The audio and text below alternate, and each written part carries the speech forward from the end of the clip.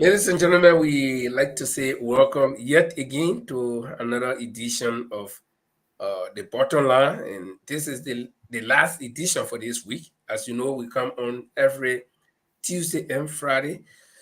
So this is the last edition for this week and for this month, February, and today is the 25th of February, meaning that um, this is the last edition. And tonight we're going to have open mic. What's on your mind? And if you're watching us, you can call us. You can leave us your comments. Tell us what's on your mind, how you feel about the topic that we'll be discussing. So I say welcome and to my co-panelist Paul Chuliple. Paul, how is the UK? Well, good evening, Linfield. The UK is great. We had a fantastic weather today. We had sun, and then it was cool. So the UK is fine. The only thing that a lot of people are kind of confused with what happening in the Ukraine at the moment. People are kind of upset. That's the only thing. But relatively, the UK is fine. How your end? Well, like you said, we had a fantastic weather. Also today, the sun shined, and 2 days ago it was something like minus 13, and then all of a sudden it changed today. The snow started to melt, and so we have to be very careful to drive now because when the snow is melting, it's Yeah, mixed with water, and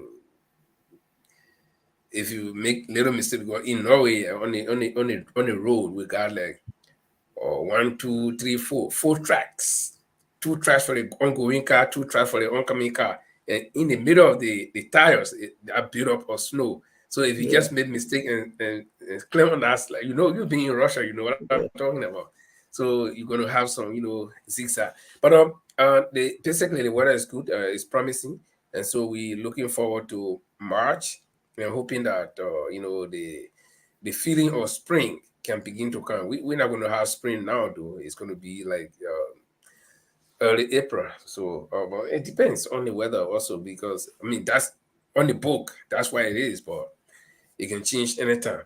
And so, all in all, generally everything is fine from my end. Yes, and like you said, the situation in Russia,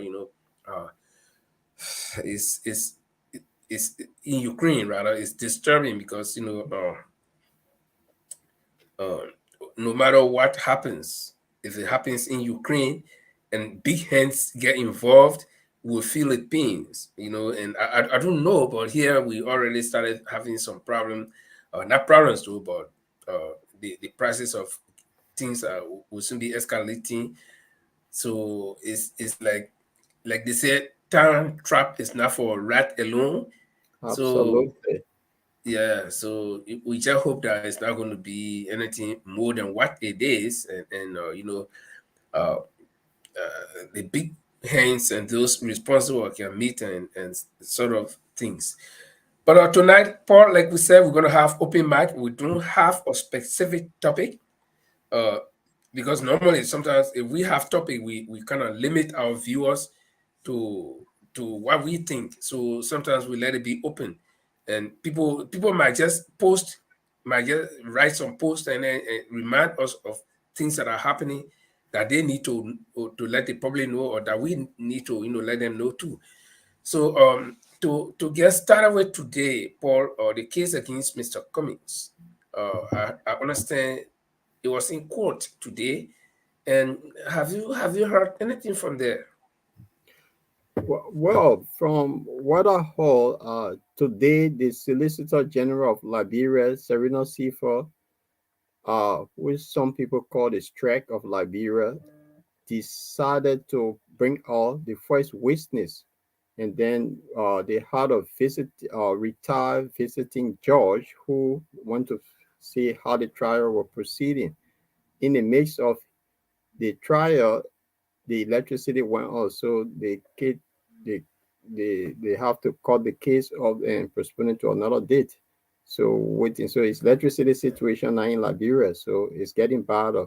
How can a government a government building Major trial that you get visiting guests, electricity. There's no LEC, there was no generator. They have to cancel the case. I don't know, in the 21st century Liberia, you tell me, Linford, where are we heading? You muted. And like I said, that is Liberia right there for you, and like you said, where are we heading? And let me just say this, just before we proceed. Liberians, including me and you, we tend to love suffering. We don't see that we are suffering. We don't know that we are suffering. So even if somebody comes and tells us that, oh man, you're suffering, brother, you're suffering, sister, we say no, we're not suffering. And this is Liberia. That's how we look. And then we complain, why is it that the country looks the way it looks over the years, over decades, over centuries? We say the same. Mhm. Okay. And in a situation like this, where you have a major trial going on, and then you have a visiting guest, somebody who watch your trial and follow it and either carry good news or bad news. And then in the midst of the trial, electricity goes off, and you do not even have a generator standing by. And Thank you. the judiciary also has a budget, or a certain amount of money in the budget. Okay. So when they get a portion of the money, knowing fully well that all of these things could happen, like I know power outage or whatever, they should have something to back up, but they do not have that. And so this is it. And Liberia, like I said, we don't like change. We don't like we love suffering. So people like Mr. Cummings come and say, no, listen, this is how we're supposed to do it. We do not need to continue doing the same things over and over and expect anything new. So we're going to have stable electricity, we're going to have stable water and whatever. And the people take him to be bad man simply because he said that we're not supposed to continue doing the same thing, stealing, enriching ourselves while the rest of the people suffer. So yeah, that's Liberia right there. But we hope that they can resume the trial. I don't know when again they're gonna. Do you have any idea when they're supposed to resume? Well, they didn't give all the date, so the judge probably will let the lawyers know when, and then at some point will be informed. But at the time being, there's no electricity, and it's the whole country that is hurting. Businesses are closing now because of no electricity. And what I learned, the West African power electricity into Liberia.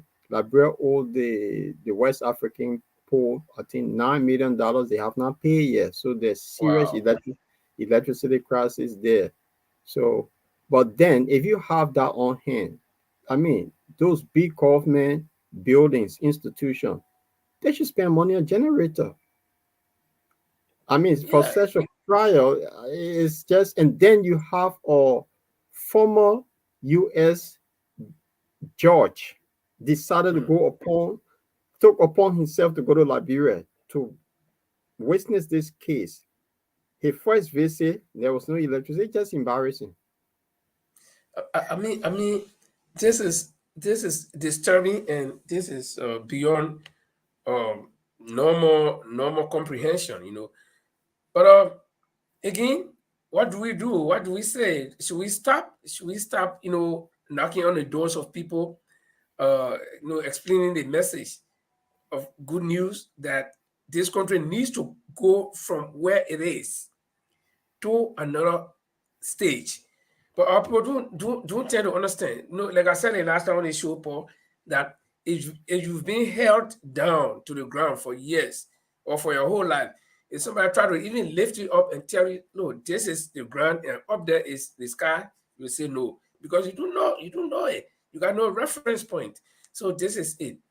And the next thing will be maybe looking at is the political heat is going on. And in the news, I don't know if you read that newspaper today. I saw a particular newspaper, uh, and it says that Councillor Tawan Gonglo has declared that he will not be working with Joseph Yuma Boaka, meaning that he's not willing to join any new coalition that will be formed by the Unity Party, and Tawan Gonglo made the councillor made it very clear that if he will join somebody, it should be somebody who is a lot better than him in terms of character, or who is equal to him in terms of character. I don't know if you heard anything like that about the newspaper. I read from Page Africa this morning, and it was written in there that Teron not going to join, but Teron has openly said that many times that he not going to join a corrupt group of people to form any alliances with them. So it was not a surprise to me that he declined, or because I know he might have been approached and he declined that. That's how Front Page pick it up. He been from day one. Remember, Terror also worked in the Eden government. He served Mm-hmm. as minister in the Eden government. It was one of those people when Eden asked all her ministers to resign. It was the one that refused to go back because he came out open and said the government was corrupt. So it is no surprise to me that he would decline anyone from the Unity Party, to be honest with you. So I think Teron could do business with people like Dr. Kiase, Alexander Cummings, and people who have not worked in the environment that have corrupt the system. I think he'll do business with them than with the Unity Party. And that's how I see it. And this is on a personal note. Tawan say Gonglo. In fact, he's commonly known as James Gonglo. That's the original name of people who do not know Tawan. And I know Tawan. Tawan is traditionally supposed to be my nephew because the mother comes from my town, a town that was Mhm. established by my great my third great grandfather. Okay, So so he might be your relative then, probably your yeah, great yeah, we ancestor. every one of us in our town, the town our town is divided into 4 quarters. Okay, Wow. so everybody's kind of like in I mean, like I said, it's on a personal note, right? Like from in my town, we have 4 quarters. So two of the Yeah. quarters, I cannot actually have a girlfriend from any of those quarters, or anybody from there cannot have a girlfriend in my quarter because it's like we're related. And then the same thing with the other 2 quarters. So we all mixed up. And in a town, this is a traditional town where we all mix up. People born children, and their children then get married to each other, and so we all family. And I'm not saying this to promote Taiwan in any case, but it's just from my heart, and this is the fact I'm saying before man and God. Uh, if people influence some of us life, that people like Taiwan, because when we were growing up, that those people we looked at when they used to come from school and come for a vacation in the town, during holiday, and I mean when they're walking, we're walking behind them.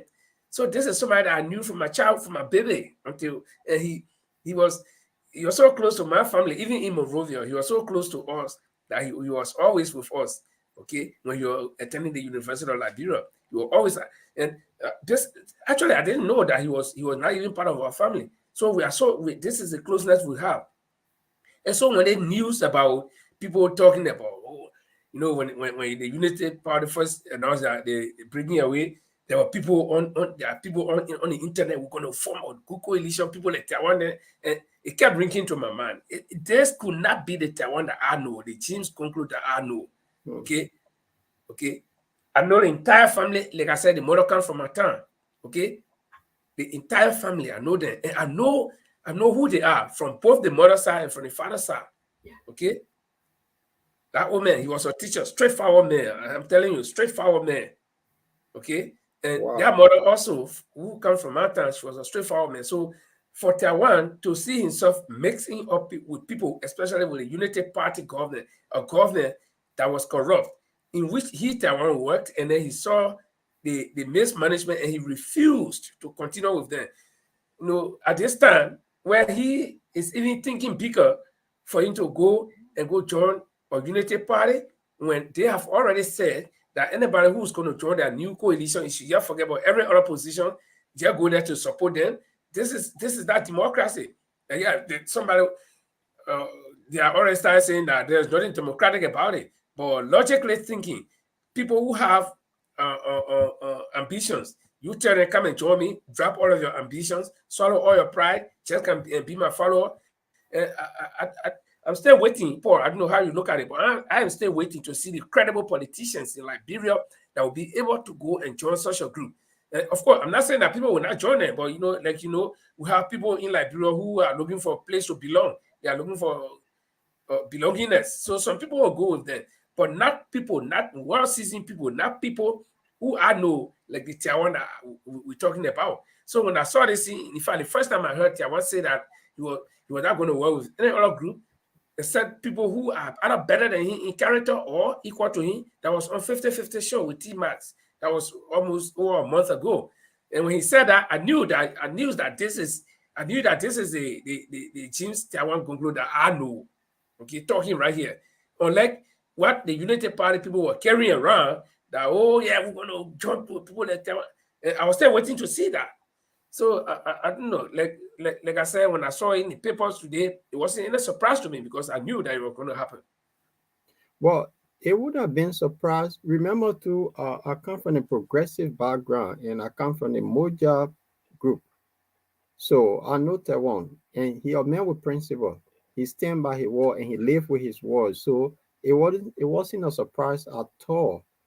And I think if ANC or the C, the remaining CPP, if they want to do serious business, I think they should start negotiating with Taiwan because they seems to have that edge now and negotiate with them. I would even go further to negotiate with Dr. Cassell. Mm-hmm.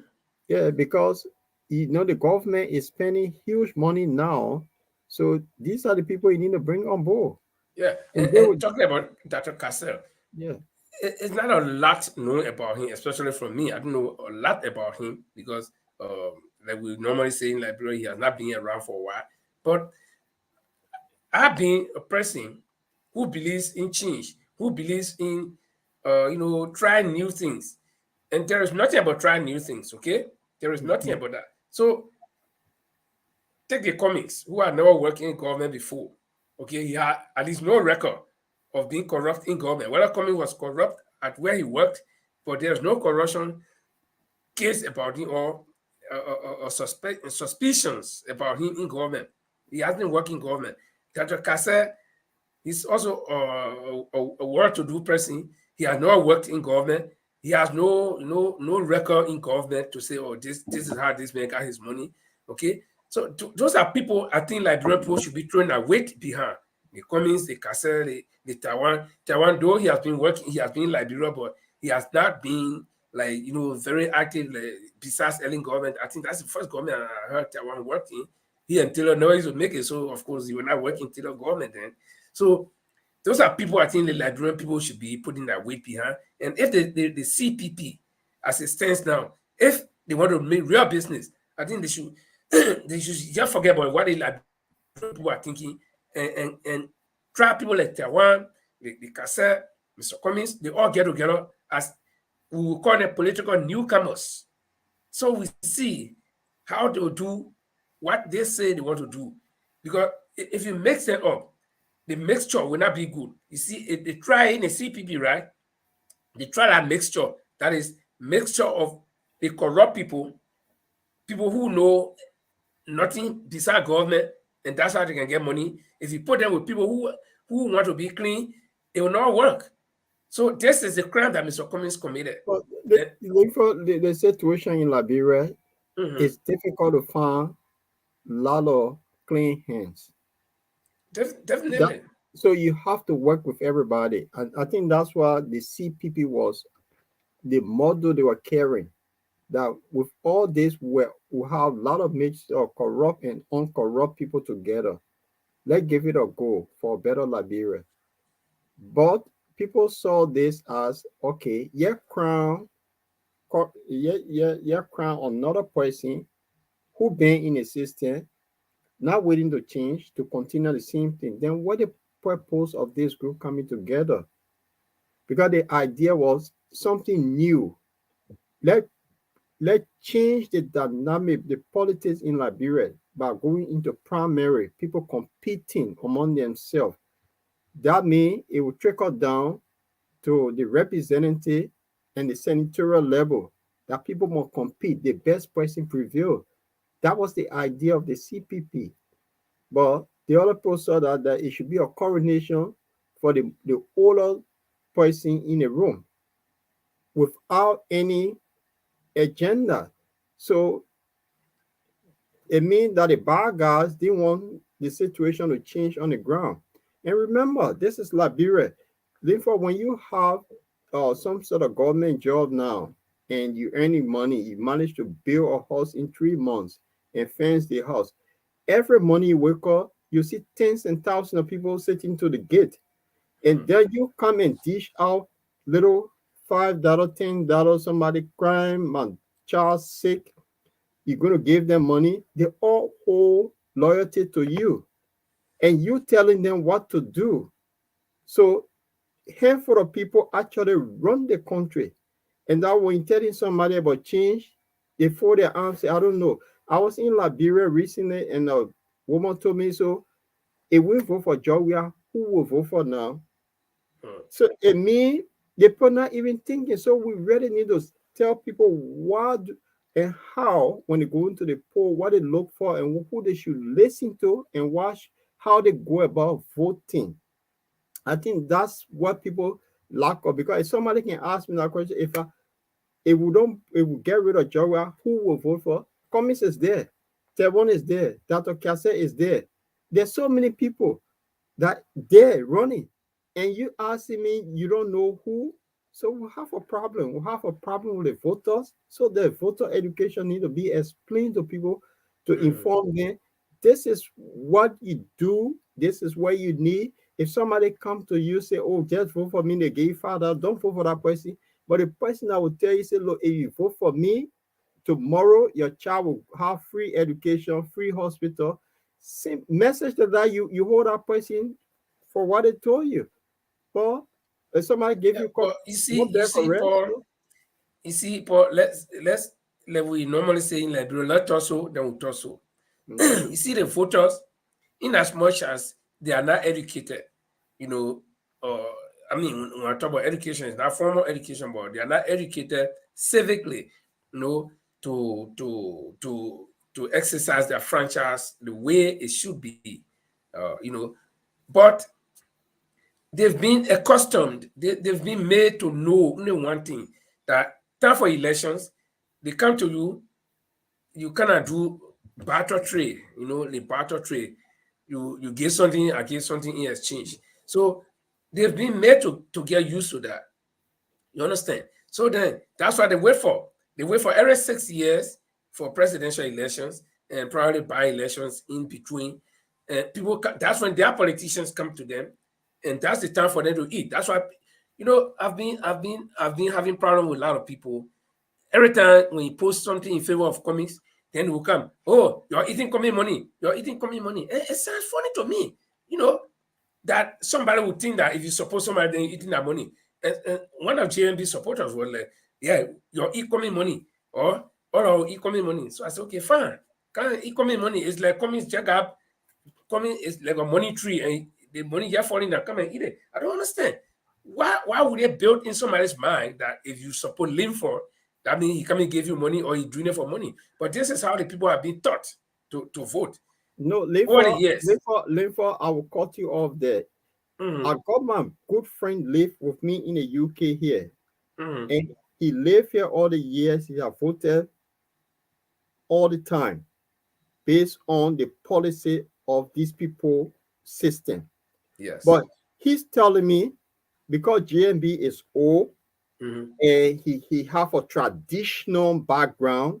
He came from a poorest society, he call it. So he Look will at be that. the best. But so what does that tell you? Is somebody who lived in the West for over 20 years telling you that, and the system he lived in, he always vote for somebody that he would benefit from. But now when it comes to Liberia, he talking about traditional. So And you know, let me tell you, Paul, like the problem with Liberia is multiple. Liberia is like old car. If you own an old car, my friend, you got big problem. If the engine giving you problem, when you fix the engine, just before you move from the garage, something else will start happening. Okay, so Liberia problem cannot be fixed. Here we are. The first thing, Liberian people. when we are back home in Liberia, we are different kind of people. We say Liberian men are no time. Liberian man doesn't know time. Yeah, you Paul, you Liberian man, you live all over Europe. How many times you went to work late? How many times you miss your flight? How many times you say you know time, you go Liberian man? No. But when we in Liberia, we say we know time. Government officials go to work 12 o'clock. They spend 1 hour, then they come home. And the office is just later. Nothing happening. Sometimes those of them who play with money, they go to work, few hours, receive some money, get out of there, go sit down, eat, take girlfriends out. So we got big problem. Now, this is somebody who lives in the UK of all country, and he would be telling you that because GMB is a traditional maker, so it means that I should go to Toronto because I come from a part of bush too. Okay. Precisely. Yeah. So people don't understand. In as much as I share the same culture with JMB, the cultural value that we share is quite different from governance. Okay, it's quite different from governance. So I will not go, and this is one of the problems that killing us: sectionalism, tribalism. These are the things that killing us in Liberia, but we don't see it. And people will say, "Oh, Congo man, countrymen, how long will it take for us to learn from this Congo country divide? How long is it going to take for us to learn?" Okay, 1980, our country people came to power. That time, some of us were very young. Okay, 1980. We were all dancing in Montreal there. One soldier dancing up and down for complete almost 2 months, from April all the way to almost June. Okay? And at the end of the day, what happened to the countrymen? The countrymen did the worst thing. That Yeah. what got us into the Civil War. Then we say, okay, we still didn't learn. Then after the war, we say, okay, the Congo people been through all the thing, but not bring somebody from way down there.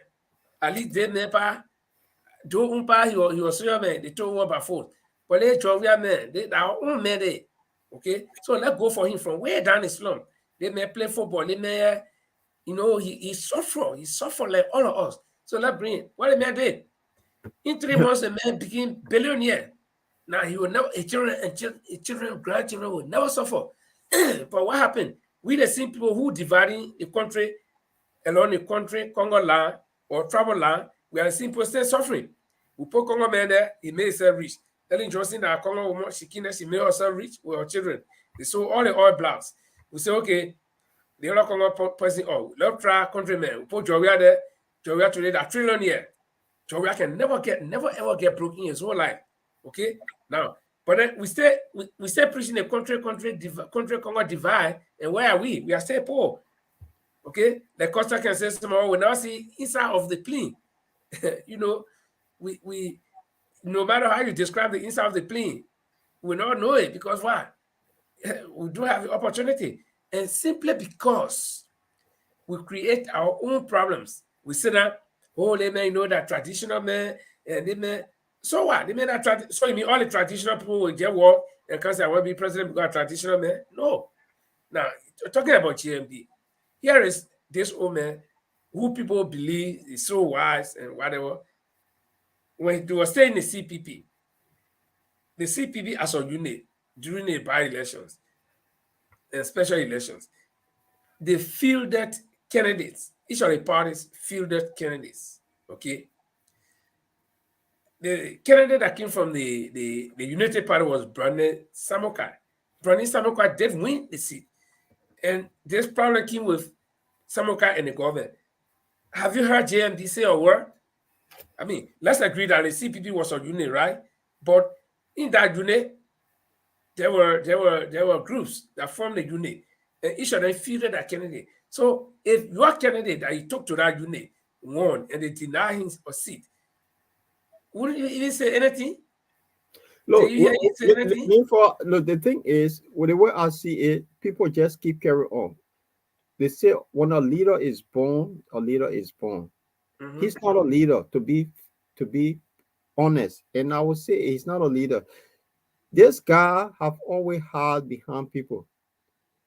He served as minister on Ondo, but what was the achievement? Under the dictatorship government, he was a captain in the army. All the ministers were captain. There was Mm-hmm. nothing there that he did. He served on Sawyer, and he was fired. On what ground? Sawyer did not say because he was Sawyer good friend. So they did. Professor didn't say it. He didn't want to Yeah. make him look bad, but he was fired. He was fired on a door. So from day one, I've been saying he's not a leader. Because the thing is, if you're a true leader with the CPP, being an elderly spokesperson with that group, and with the age advantage that you have, what do you do? If you say, look, they have three ways of selecting people, right? You have to go, they have the thing what they call a consensus among themselves. Hmm. And that consensus where you negotiate with somebody, say, look, and only two person express interest in running. And the person who expressed the other guy is his friend for 40 years and his younger brother. So the other people decided to sit back and see who they will support. So what do you do as a true leader that really need this? You call your younger brother in the corner, say, look, let's do this in a Liberia way. Say, Pikin, the thing here, let have it arranged. Give me 2 years. I don't have age in my favor. Let me run it. You run it from behind. After 2 years, you come in front. And you have agreement. But the fact is, the day he started going on air, seeing all this person, the person that he been friendly with for 40 years, he started saying, oh, the man, he just came. Who knows him? He is not a true leader. That's what he missed that bit. That was the negotiation that he missed. Now he's afraid to go to a primary.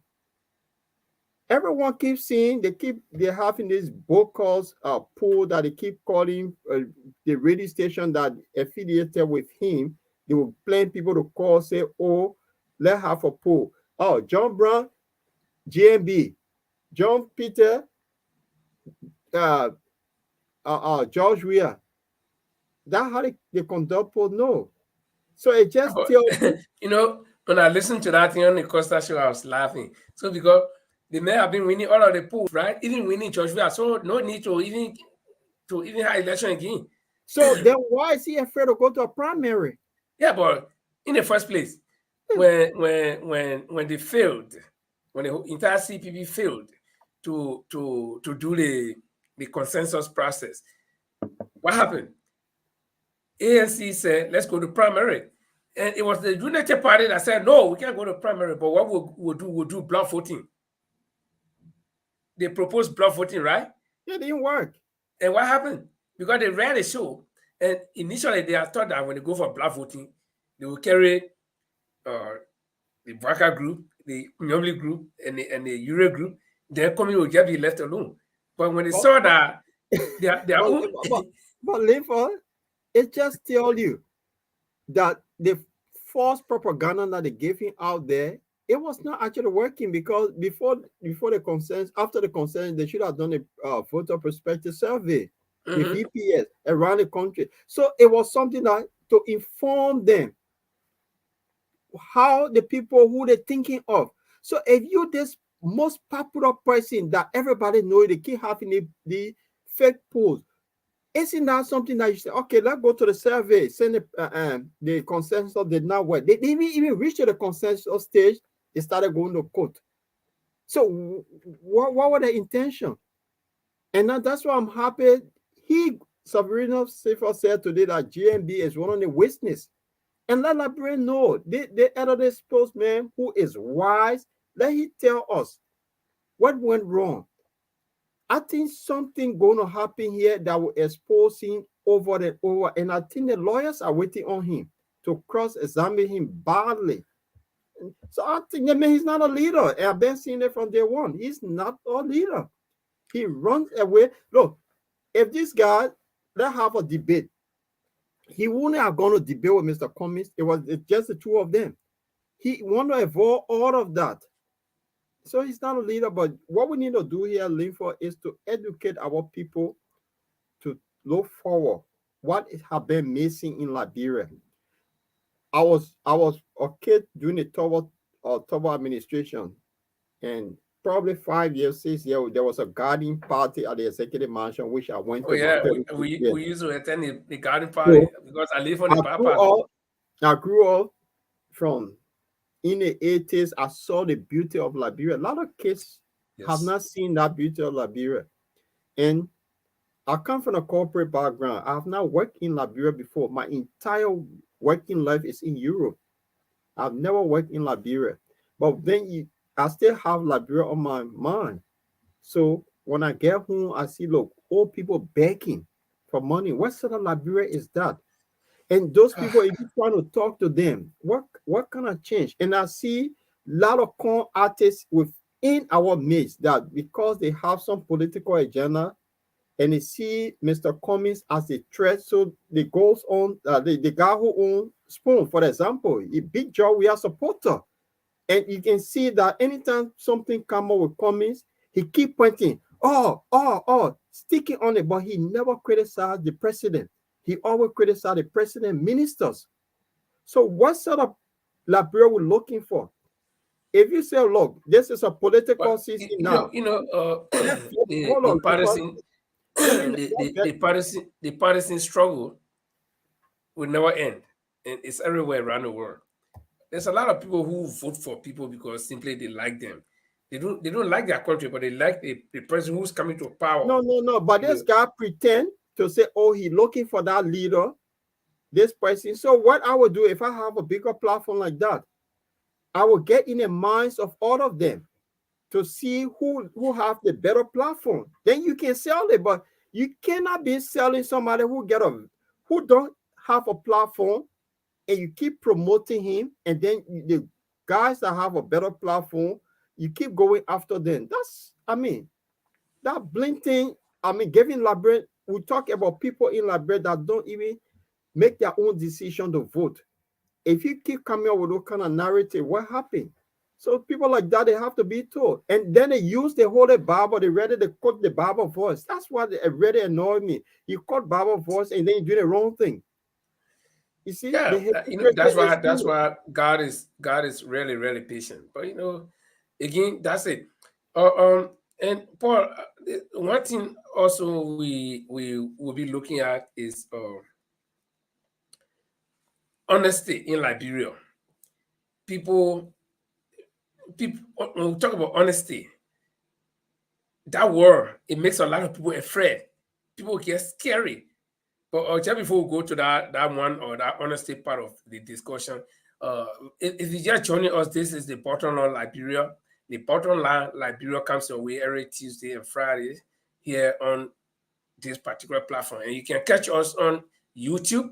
You can also catch us on our Facebook page and also on our Facebook group, and they all call the bottom line. Okay, and tonight we are having open mic. What's on your mind? For those of you who are viewing, please help us share the video in the first place. Share the video, then you can give us your comments. You can leave your comments in the comment box. We'll read it. Anything you want us to discuss, we'll discuss it. If you got a question to ask us, you can ask us. We do not have a particular topic, but we've been covering a few things. We talked about the court case against Mr. Cummings, how they went to court today, and I think Paul Paul had a very good insight where the proceedings were going on, and then all of a sudden there was no electricity, there was power failure, and the whole thing had to be stopped. In the 23rd century, in the 21st century, where are we going to? So these are some of the things we touched, and we also looked at the leadership capability of Mr. Joseph Newman Boaka. Let's be frank. Being old with personality and respect are two different things from being a leader. They got. Let's be frank. They got people who are endowed with leadership ability. When they talk, people listen. When they act, people obey. Okay, and they got people who, yeah, they are responsible, probably the party structure, and they are not just leaders. Like you said before, Paul, leaders are born. But I was talking about, just before the break, I was talking about honesty in Liberia. And this is the word or the group of words or the particular uh, uh, thing that a lot of people are afraid of. And the reason why people are afraid of the word honesty and discipline, or let's put it the common man way, being good, clean. The reason people are afraid of those words is that people are not dirty and people are not willing to be, people are not clean, rather, they are dirty. I mean, when I mean dirty, I'm not talking about you're wearing dirty clothes, but their hands are dirty. They are all in dirty deeds. If the Liberian person is now a rogue, the Liberian person is a liar, or a murderer, or something. So people like that, it's very difficult to accept cleanliness. And the Bible says cleanliness is next to godliness. So I don't see the reason why people will be afraid if somebody pronounces that I am clean, then they make a big case and they will judge you by what you said. Oh, the man said he's clean. And this is the charges that they lay. This is one of the charges they lay against Mr. Cummings. The man clean here, he said hand clean. So you want a man to say my hands dirty? So honesty in Liberia is something that people are not willing to accept. Honesty Okay. in Liberia is something that people do not like. So when Mr. Cummings came and when he told the people to to to do things the other way, not to do it the same way they been doing it all the time, that was a crime that Mr. Cummings committed.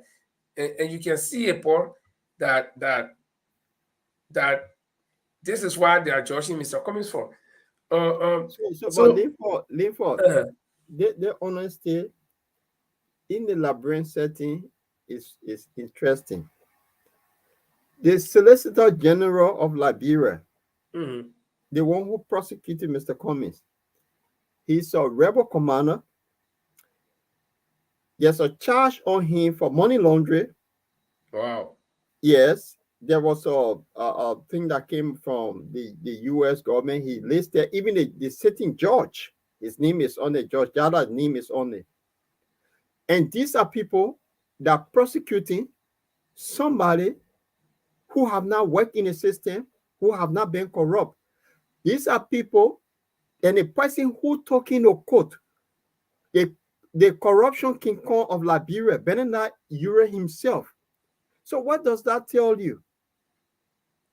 And talking about the Solicitor General, you know, this is the guy who has become Henry Costa's best. Every time I call Costa name on the show, is because he says things that can also incriminate him, that can draw him into other things. Costa was on record, or is on record, by saying that yes, the GMB people, they are working with the Euro people or the people who sue, they are working along with the government to prosecute Mr. Cummings. But Costa knows very well that he does not trust the justice system of Liberia.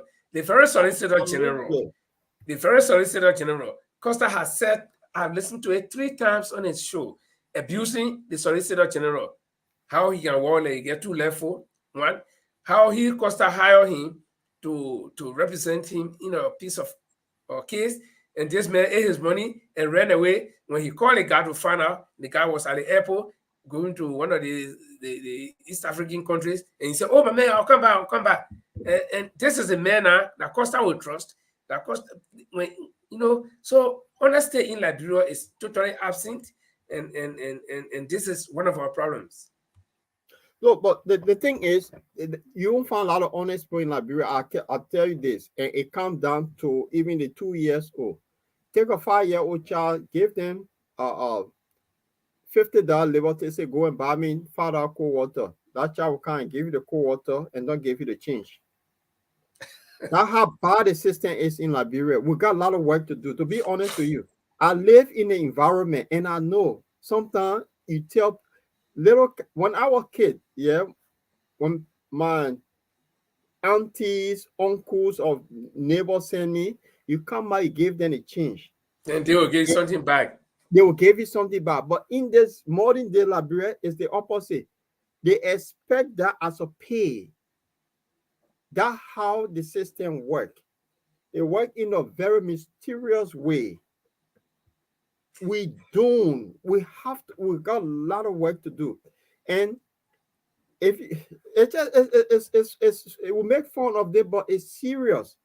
That's how there's no honest person. Even in the church, people collect how they call it offerings on a Sunday. They have to bring Before, in the old days, you found two person counting the money, but now there'll be 10 or 20 person counting to make sure that that money remain. That's how bad. We talk about honesty. I mean, today's open mic, so we don't have very specific topic to discuss. So we are touching things here and there. So for you, our viewers, bear with us. Like I said, if you have anything you want us to talk about, let's talk about it. But in the meantime, we'll sort of be putting fun in the But discussion. since the open mic, this is what been bothering me about Liberia. Okay, wait, but Yeah. Paul, wait. You'll bring that 18. But let me we're talking about honesty. We stay on the honesty. We'll play a video, then from there we'll go to where you want to. Okay. Talking about honesty, you just reminded me that in the chat, when they collect the offering, over 20 people go to church. You got to check on each other to make sure. Yeah. But I will tell you a story. The honesty, the absence of honesty in Liberia has become so bad that the girl down were dancing. Men were beating the drum, man. They dancing. They are collecting the money when they get Lewate, they pull in different pocket. When they get $5 or $10 US, they pull in different pocket. So it reached a point where the girl down was serving. Then he bent down to the guy and said, "My man, I saw that one, I turned it out." But because you're in your pocket, so you couldn't take it and put it in your pocket. So you see, the dishonesty has gone so wild. But talking about dishonesty or honesty, it all boils down to what? Character. It boils down to you having good character and having clean hands. Now, here is Mr. Benonar Ure, who took Mr. Alexander Cummings to court for forgery. And I mean, I worked in the MPFL days, from the rebel days all the way to the government. I didn't work for government because I worked in it as for a private entity in the MPFL regime. And I knew Bernard Ure from day one, when I met him. And I know these people. I don't know all of them personally. Okay, when I mean personally, I know half of them just from seeing them. Yeah. But there are some that I know personally. There are some that I interacted with. And Bernard Ure, Bernard Ure comes from the MPFL. That was the largest organization. Okay, and the MPFL, even if I want to vote in Liberia, people who knew me from the MPFL days, they might vote for me. But yes, Bernard Ure, he's been running. I think he got, I don't know how many hundred. I don't know how many thousand votes he got in the elections, in the past election. So even his own MPFL, 24,000 votes. In the MPFL, his own people will not vote for him. Yeah. This is a mean guy. This guy is mean and arrogant, and he looks down on people. And he's so dictatorial. He let us shout probably the way he get beef voice. So he believes that he's above. I mean, when we used to have press conferences, if Cyril Allen will call press conference, it will be packed. Everyone will be willing to go there. But when Bernard was a Maritime, how many times you heard us interview him? No, because when you pay your hard-earned money to go for it, to even get small thing to pay your way back, you not do it. So me, guy. Now, but later I know, after all those years, that Bernard Ure was even bearing arms. Somebody will say, "Oh yeah, you talking? You're also in the MPFL." Yes, I was in the MPFL. That's a different story. I was that a military man in the MPFL. I served as a journalist, and because I was captured, okay, I didn't want to go join the MPFL. I was captured at the radio station, ELBC. The mark is here. The mark is here. Those of you watching, you can see the mark. So anybody under this condition who are captured, tortured, and taken behind the rebel line, and at that time, we all just have to survive. Okay, I have to practice my profession. They had all the radio stations that were abandoned during the war, so they needed journalists, and we needed to practice our profession and also to get small thing to eat. I wouldn't go sit down and starve and die. So this is how small us were affiliated with the organization. But then later I know that Bernard Ure was even bearing arm, but it's not coming from my mouth. It comes from a very high-profile individual in Liberia. So we'll play that video. Let's play that video and hear the account from a very high-profile individual in Liberia. Man, I can't wait to see the video, man. I can't wait because and the person says that Bernard Ure, he named few people. He said they were all well armed. So let's hear for that. Asked me to escort the ECOMOG base. When the ECOMOG base are returned, the EFL attacked the EFW junction, and then was stopped by MPFL. fighters ready now to go. I was between Medina Wise, Mrs. Medina Wise, Chris, one of the aides of the ambassador, and the ambassador himself said, and the ambassador gave me a face cap. I was sitting in the middle. But what got me really scared was when the JCN Howard side coming from Pearsville was turning on that side, Joe Tate, Kuku Dennis, Tony Richardson, Benny Nigeria, and Charles Bright, and all of them armed. And then Joe Tate started walking towards the car. I became lifeless. I couldn't say a word.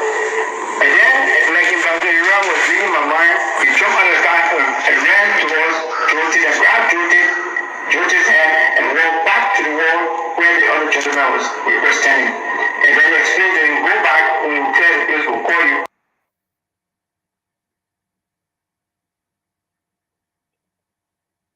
That was Councillor Tawan Gonglo, who is also in a race for the presidency. Now, this man, he named 5 individuals: Jonty Richardson, Charles Bright, Kuku Dennis, Benena Ure, and Joe Tate. And these are people that I know well for over 10 years behind MPFL Land. These are people that I know. Okay. Gokpen, Joe Tate, Gokpen. And I knew him well. Okay. Not everything about him, but I knew some things about him. Kuku Dennis, I saw passively as a commander, not close to him. Charles Bright, pompous, arrogant, feels that he's rich, the same way like Benona Ure, they never interacted with the country boys. We who are just, with microphones in our hands, country boys. Okay. Then you talk about the other guys. Okay. So, but later did I know, like I said, later did I know that Benona Ure had arms. And nobody will tell me, he cannot give me excuse either that arm was for decoration. The reason why people bear arms during war time is to what? To fight, to shoot and kill, or you be killed.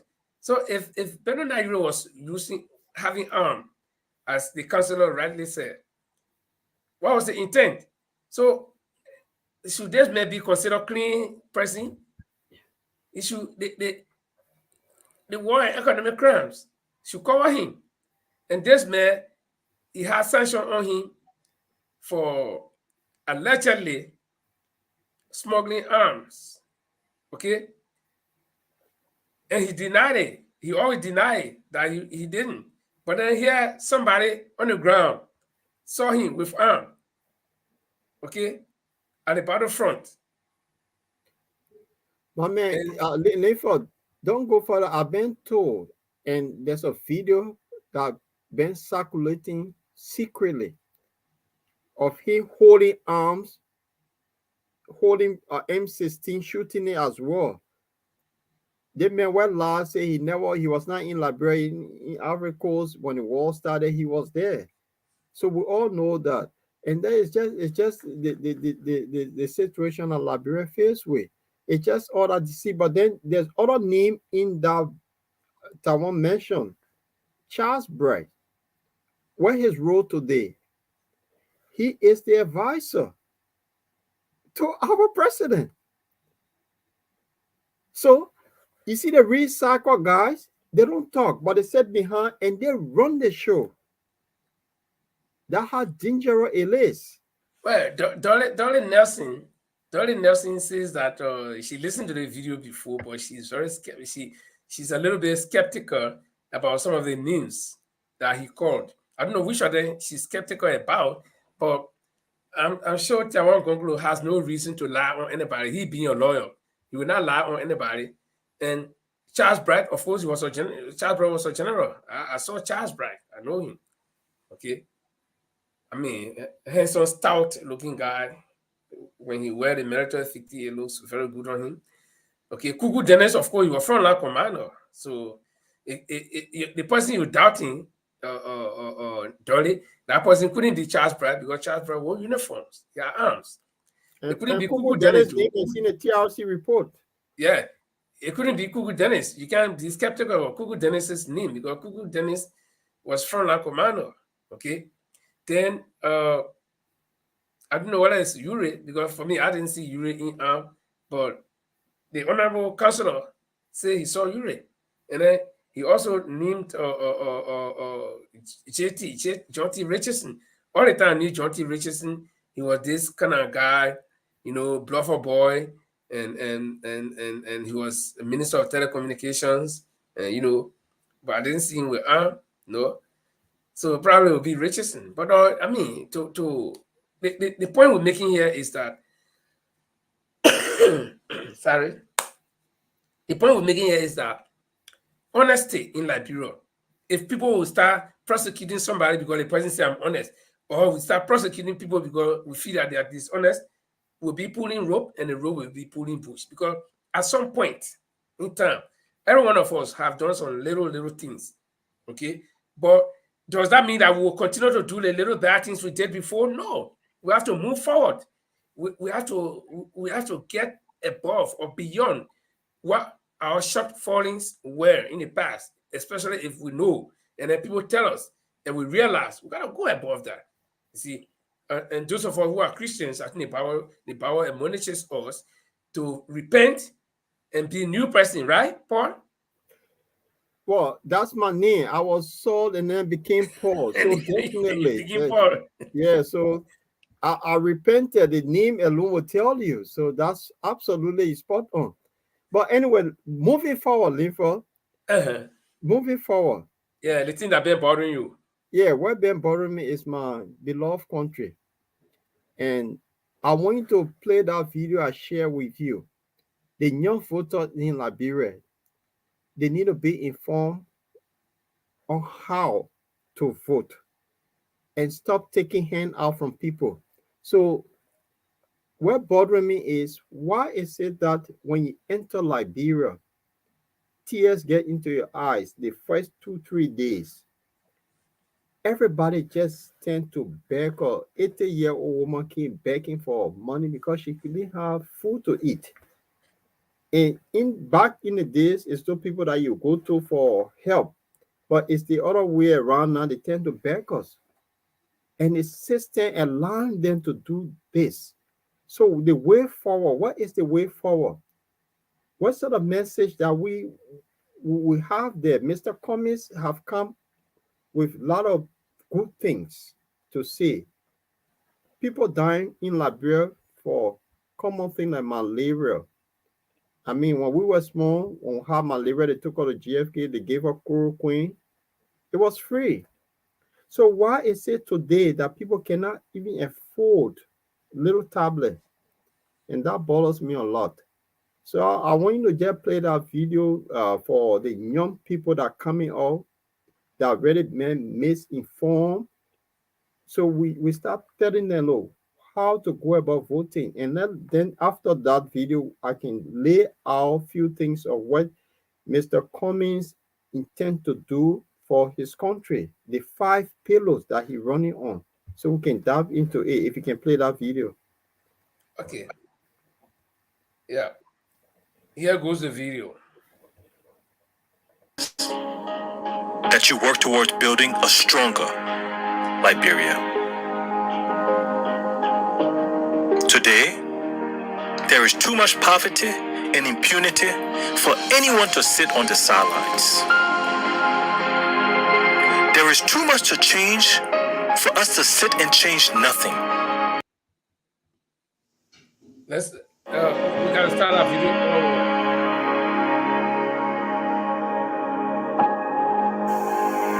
To the youth of Liberia, always believe in yourself. As the next leaders of our country, I ask that you not only dream of a better Liberia, I ask that you work towards building a stronger Liberia. Today, there is too much poverty and impunity for anyone to sit on the sidelines. There is too much to change for us to sit and change nothing. If Liberia is to have the constructive change that we want, where we free ourselves of corruption, tribalism, and inequality, then the change must come from us. So what will your contribution be to our country? What will your legacy be when future generations ask, did you make yourself wealthy? Or did you use the shared wealth of this country wisely to benefit all? Will you leave your children stolen money? Or will you leave your children a name and legacy they can be proud of? Be someone who leads by example, ensuring that when others look at this moment, they will say, this is when our nation began our collective march to greatness. Become the change you want to see in our country. Be proactive. Think big. And be brave.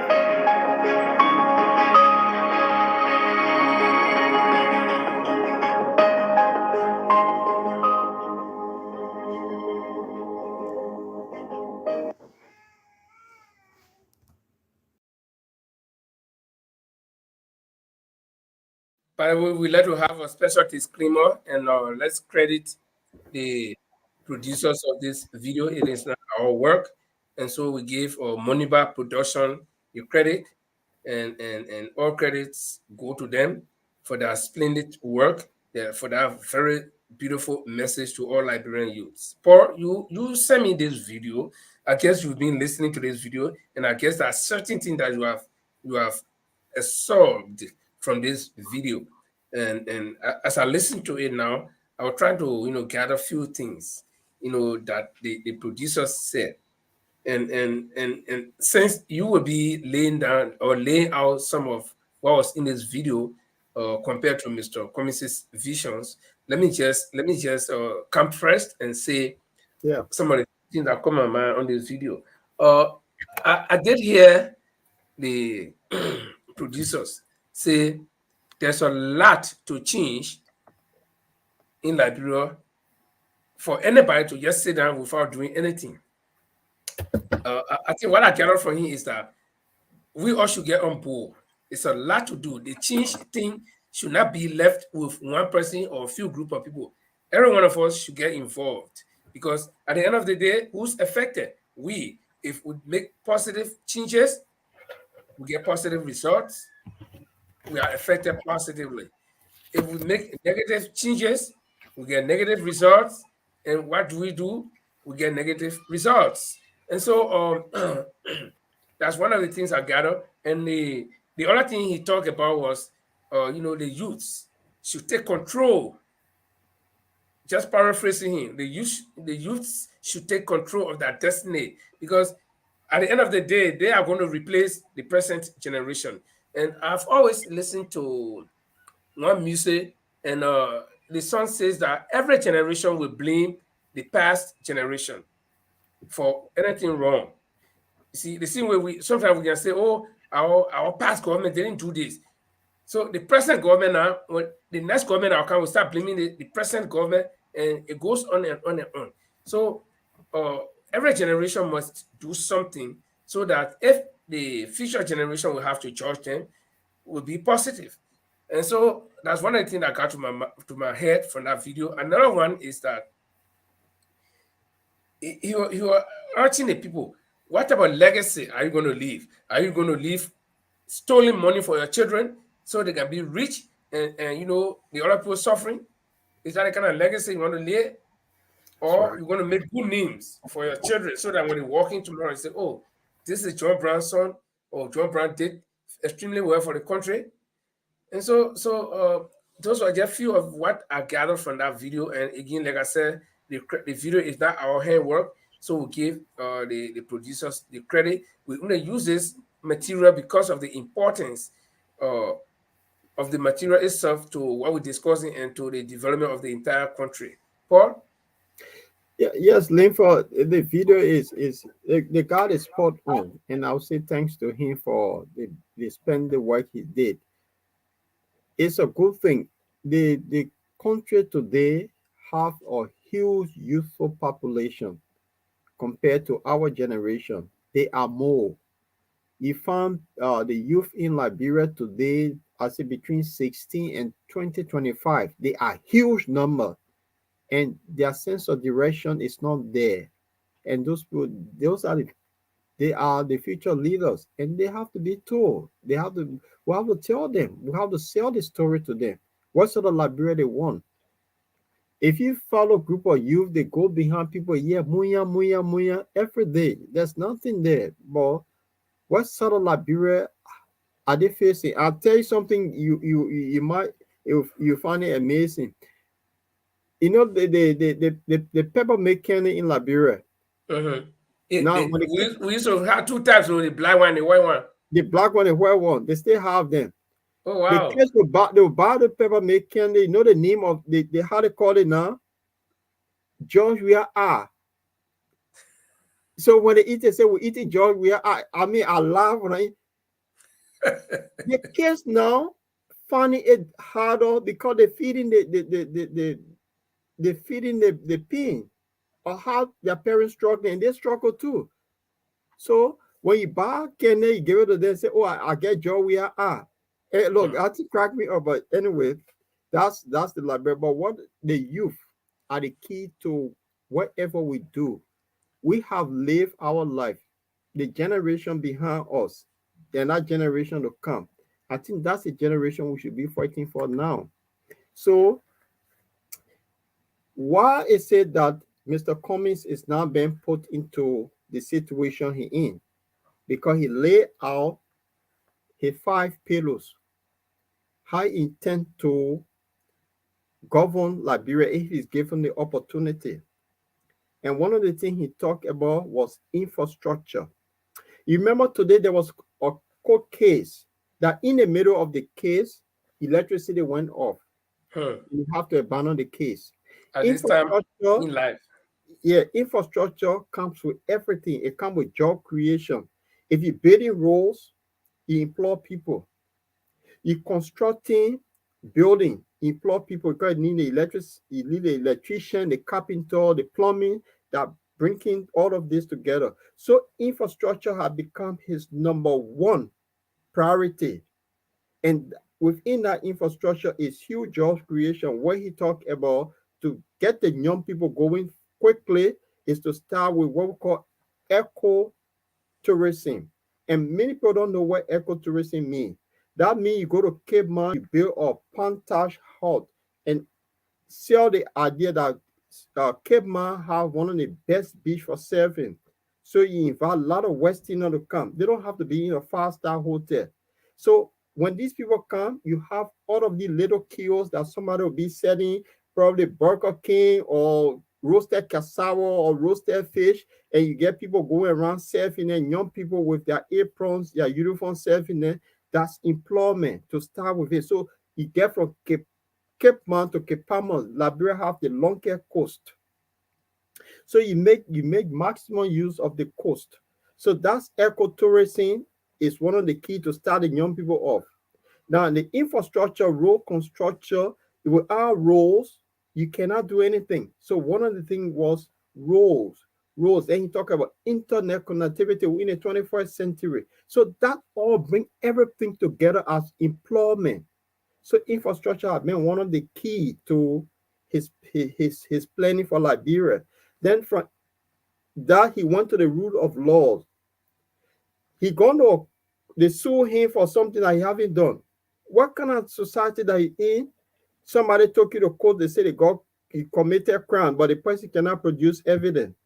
What sort of society is that? Nobody bow by the rules. In Liberia, when I'm driving, when traffic on the other side, I get on the other lane. Violate because I have a bigger car, dark car, and nobody know who is who. Everybody violates. Everyone should abide by the rules and laws of the country, which is not there. So that is number two. Then he went to agriculture. We have the best green land in West Africa, but we cannot feed ourselves. And he's saying in the next 6 years after, before his terms come to, when he's given an opportunity, Liberia will feed itself. Then education. There's no free education in Liberia. So from first grade to ninth grade, they say it's free, but the rest is not free. So what do we do? He needs people will have free education from first grade to 12th grade. Above all, if people are educated, they have to be healthy. So health comes in. And then if you are sick from malaria, typhoid, it's free. So those are the things that he laid out, and people are not buying it. And they have problem with it. That's why they're taking the code. The other people cannot say it. They want the system to continue the same way. So I just want you to dive into this, Linford. Okay, well, like you rightly said, we've got to educate the present generation of voters that we have.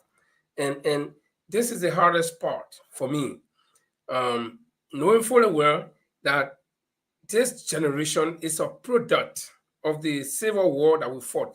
I mean, you know, most time I sit down on the internet and I see people say we are youth. We are the youth group for CDC. We are the youth group for social people. The man, you see a guy with boy hair, and he and his grandchildren, they on the land, they are all youths. You see, we misplacement. People, poverty. Let me tell you, the effect of poverty is dangerous, and the Liberian politicians have studied the Liberian people over the years. Even though I know that one good definition of politics is to maneuver the people brain, maneuverability, maneuver the people brain. But in Liberia, is freedom may say pass mark. You see, because the people we have made ourselves susceptible to such maneuvers, so people can use us any kind of way. So you see, the people study the terrain. That's what, you know. Every time I hear this all the time, they say, somebody say they use some of them 40 years. But if you 40, that's true. If you 40, you still youth in Liberia. Yeah, I told you. I said I saw the guy and his son, his 25-year-old son. They are all youths. So he try a 25-year-old son from his age, he might be around his 40, like the poster said. But the problem here is that the politicians have studied our people so much so that they know when to come to them to accept them. Now you see Delon reaching out to people. No, Delon got 9 years. Okay, is that worried? Yeah. Still got 9 years. So 5, you'll be reducing it 8, 7, 6, 5, 4, 3, 2. Then you start. That time you'll be holy guy. You'll be good guy. You'll love the people. You'll be reaching out to them. I'm calling Delon's name because he was the most popular candidate in any vote in recent time. But not only Delon, all the other politicians, that's what they do. They started. If you hear the people, I don't know how many times have you heard this thing. Mr. Comey does not know the political terrain in Liberia. You see it? That's a terrain they're talking about. You can't come to Liberia, then you want to show that you get planned for the country. No, that's not what our voters looking for. They're looking for what they'll put in their pocket today, sell that vote to you. When you finish winning, they go that way. They go suffer after, if you're president, they suffer after 6 years, you come back to them again, you throw few crumbs that way, they eat them because they have been made to believe that's how it is. And another thing I usually hear is, where was the person during the wartime? And this one sounds silly to me because during the wartime, there were nobody, people were not coming from America, Australia, China, Japan, Liberians were not coming, who lived there already, were not coming to Liberia in the drones to say, yeah, we haven't won your country, as if to say war a good thing. So they all coming back when they're fighting war, people coming. No, people were rather escaping the war. So you be stupid in your mind and say, where was Comey during the wartime? So Comey was supposed to lead the job and tell the people, say, I'm resigning, the fighting war in my country, I'm going. Yeah. When other people running, I'm sure the white people will ask him. Yeah, Your when people are coming Imaya as showed in refugees. in the government, they ran the king to England and saw the Liberia embassy. They were in a war. They saw the airplane that Liberia had, the only airplane. They saw the right in England. They were, So why did those people run away? They didn't stay in Liberia, or why the same people can be asking questions? They were the same people leaving Liberia, running away, going. Then they expect somebody to leave and come back to Liberia. So this is how our people think. And I don't blame Paul. Let me tell you one thing. You were in Liberia recently. The last time I was in Liberia was 2016, and I've been to in 21 years time. I've been to Liberia 2 times, 2014 and 2016. Actually, the first time I went to Liberia in 2014, after like 14 years, my friend, I'm telling you, Paul, I'm telling you the real truth. My own family, I say different people, my own brothers and sisters and their children. Okay, it took me like almost 2-3 days to understand how these people think, how they talk, their sense of reasoning. Because people here talk anything. Then I started to ask myself, when we all were here, is this the way we used to think? Can you imagine that my own brother, I say no, my brother, would tell me that JMB has been working in government for long, so that he was supposed to be president? Can you imagine? no, Linford, I agree with your brother. I'll tell you this what we call is propaganda that he used. And you may be amazed with this. There's a councilor I met in Plonko. It's happened that that's the area, the Jonathan, Satan, Plonko area. That's what I grew. So I know the terrain well. I used to play football in the area. So yeah, before they built the Jonathan Road, we used to walk from the Papa, from Warwing and walking along boy and go to all Plunko. right. So that's we were kids when they built our road. And Yeah, then I know the it for terrain true, well. you know it. So what happened? I got home and these guys, because Jonathan predominantly Loma, Gisi, and Yeah. that's where the base. And a few Grable people. Yeah, and I grew up among these people, and that's the fact. So we met. These guys are counselor, but 3 of them they had this place in Plonka, and because they from that Lofa Bill, they all carry GMB. So, and this day it happened that we were sitting down, just listening to the nonsense they were talking. So I decided, look, enough is enough. Let me come in and give the guy piece of education here. I asked the counselor, one of the counselors, Jala, asked him, I said, tell me, convince me, give me reason why I should carry JMB and promote him. The guy had nothing to say. The man, he's the older man, he been around. Yeah, the man just be number 2 to him. I said, is that what? I said, now, let me tell you, I listened to all of them. The guy got nothing to offer. Mr. Cummings said, give him the opportunity. He does not need money because God has blessed him so much. It's better for him need money. So if you pay him, you give it a charity to start with. But he just want to clean up this country. And these are what he intend to do. These are his 5 pillars he's running on. Tell me what GMB running on. He couldn't say.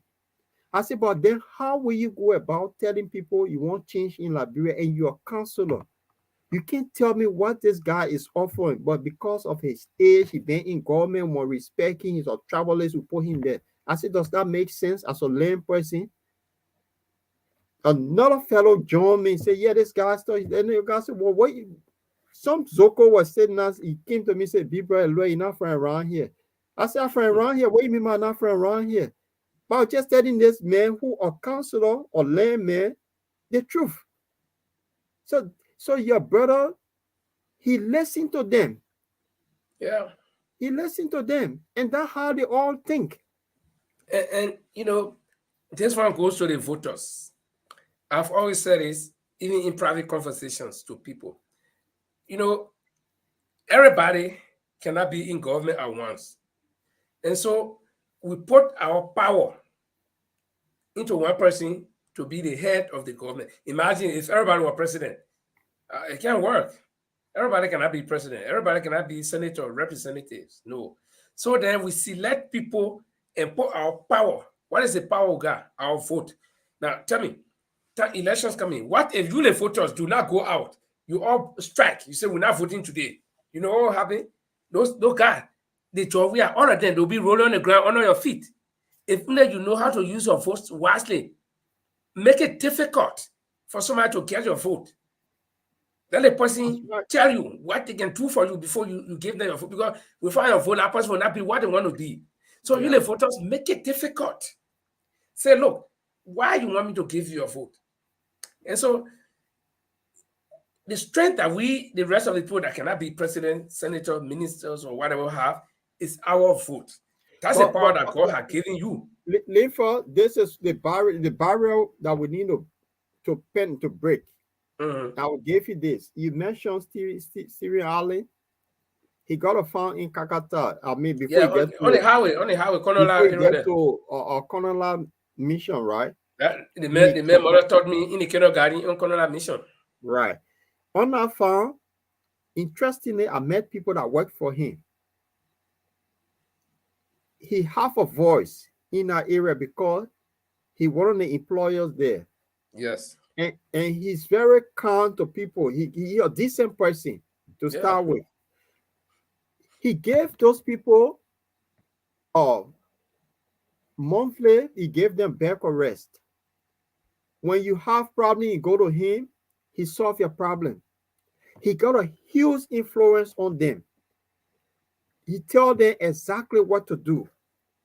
Those people don't have their own mind to do things. So he tell them, say, vote for George Weah. That's my man. Because he helped them. Whether it's the right person he telling them to vote for or the wrong person, the people will follow. So how do we change the mindset of those people? That this guy he's carrying the wrong person that don't have agenda for the country. How do you change the mindset of those people? So that's a good question, Paul. Serious work to do. Yeah, very good question. How do we change your mind? I have repeatedly said it, that the people have been made to believe in one thing. That is, they can only enjoy during election time. After election, they go, everybody part their way. You know, it's like, I mean, I hate to cite the kind of example though, but it's like you go in the street, you go look for a prostitute, meet her, you know, you do what you can do, you give your money, you go your way, they know you tomorrow, you go. That's what they do. Until the next time, by chance, if you want it again, you go there by chance, maybe you can meet. That's what happened to the voters and the politicians in Liberia. And the politicians have studied that situation. I told you, Paul, people have studied it. They know now that this is the system. That's why when they talk about Mr. Coming to not know the terrain, okay, that's it. The terrain is different. It's not like you and myself living here. I'm in the local government here. I'm in the politics here. I work in the government, and I'm in one of the political parties here, the Labour Party. Okay, and I know how we operate. Okay, how the messages that our leaders tell us, and how we don't even need to campaign to people one-on-one. No, it's all about we publish our party manifest, and people see it, they know our plan, and then they vote for us. You see, but Liberia, you have to go from door to door. The people are not educated. You got to go introduce somebody to them. How many people can watch TV? We don't even have television in the country because some of the voter education process will be done merely through the media, on the television, show the picture of the people, and on the radio, consistently knock on the people's door with the messages. But it's not happening. And Paul, we're going to be a very short today. Yeah. We got like 6 more minutes to go.